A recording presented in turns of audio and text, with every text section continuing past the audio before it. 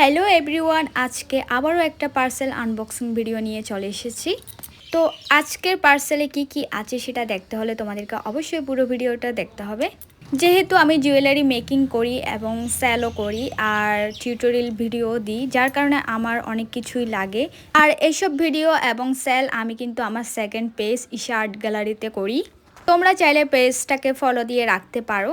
তো এখানে আমি কিছু জুয়েলারি মেকিং অ্যাক্সেসরিজ অর্ডার করেছি। তো দেখতেই পাচ্ছ, প্রথমে আমি কিছু চুড়ি নিয়েছি। এগুলো হচ্ছে প্লাস্টিকের বেস, চুড়ির বেস। এর উপরেই আমি চুড়ির ডিজাইন করে বানাবো। এখানে আমি টোটাল 5 জোড়া চুড়ির বেস নিয়েছি। এখানে টুকটাক আমি আরও অনেক কিছুই অর্ডার করেছি। আর আমি না ভিডিও করার আগে একদমই ভেবে রাখি না আমি কি ভয়েস দিব ভিডিও করার সময়, না মানে এডিট করার সময় আমার মাথায় যা আসে তাই বলে দিই। তো আমি তোমাদেরকে চুড়ির বেসগুলি সব দেখিয়ে দিয়েছি। এখন আমি তোমাদেরকে দেখাবো কিছু ঝুনঝুনি, আই থিঙ্ক এগুলোকে ঝুনঝুনি বলে, এগুলো অর্ডার করেছি। এরপর নিয়েছি প্লাস্টিকের হোয়াইট কড়ি, আর পাশাপাশি এখানে আমি রিয়েল কড়িও নিয়েছি। সব একটা প্যাকেটেই দিয়ে দিয়েছে, তবে ভিতরে ছোটো ছোটো প্যাকেটে আলাদা করা ছিল। আমি যে পেজ থেকে নিই ওদের প্যাকেজিং খুব ভালোই, তবে আমি যে সবসময় এক পেজ থেকে জিনিস কিনি এরকম না, যখন যে পেজের জিনিস ভালো লাগে সেই পেজ থেকেই কিনি। এখানে আমি অনেকগুলো ঝুলুরিও অর্ডার করেছি, আর এগুলো হচ্ছে সিলভার কালারের ঝুনঝুনিগুলো। এগুলো সব প্যাকেটে একসাথেই করা ছিল, আর আমি এখন আলাদা করে বের করে দেখাচ্ছি একটা একটা করে।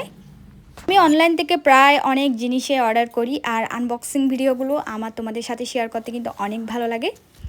আর তোমরা যদি আমার জুয়েলারি মেকিং সুন্দর সুন্দর ভিডিওগুলো দেখতে চাও, তাহলে আমার second page Isha art gallery, এটাকে ফলো দিয়ে রাখতে পারো। দেখো, আমি এখানে কিছু রিং বেসও নিয়েছি। এটা খুবই ইম্পর্টেন্ট, এটা আমার সবসময় একটু বেশি লাগে, কারণ আংটি একটু বেশি সেল হয়। সব জুয়েলারির সাথে এই তো আংটিটা থাকেই।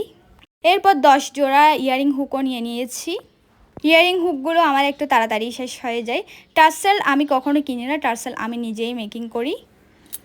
আর 5টা ব্ল্যাক কালারের ক্লিপও নিয়ে নিয়েছি। এগুলো এখানে আমি বাজারে অনেক খুঁজেছি কিন্তু পাইনি, যার কারণে আমি অনলাইন থেকেই এনেছি।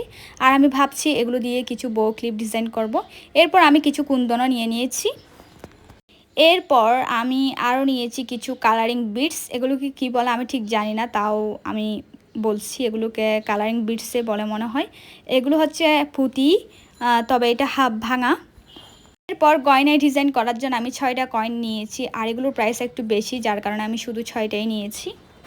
যখন আমার পেজ গ্রো হবে বা ইনকাম একটু বেশি হবে, তখন আমি এসব বেশি বেশি নেওয়ার চেষ্টা করব। এই তো আমার আজকের আনবক্সিং ভিডিও এতটুকুই। কেমন লাগছে অবশ্যই কমেন্ট করে জানাবে।